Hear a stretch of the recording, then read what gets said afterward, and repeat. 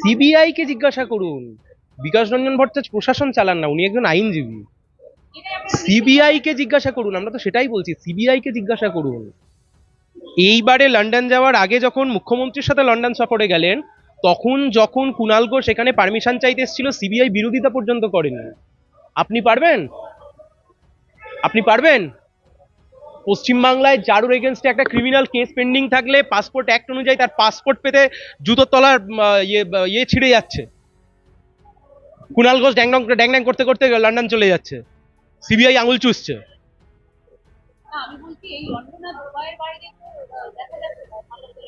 প্রশ্ন সেটা নয়, প্রশ্ন হচ্ছে লন্ডন বা দুবাইতে যেতে পারছে কি করে। ও কালকে লন্ডন আর দুবাই ছেড়ে আমেরিকায় গেলেও প্রশ্নটা উল্টে যাবে না।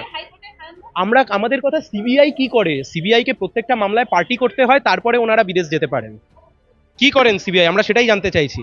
অভিষেক ব্যানার্জির সময়তে আমরা দেখিনি, যাকে নিয়ে এত প্রশ্ন এত কিছু, সেই অভিষেক বন্দ্যোপাধ্যায় আমেরিকায় গিয়ে ড্যাং ড্যাং করে ঘুরে চলে এলেন, কি করতে পারলো সিবিআই?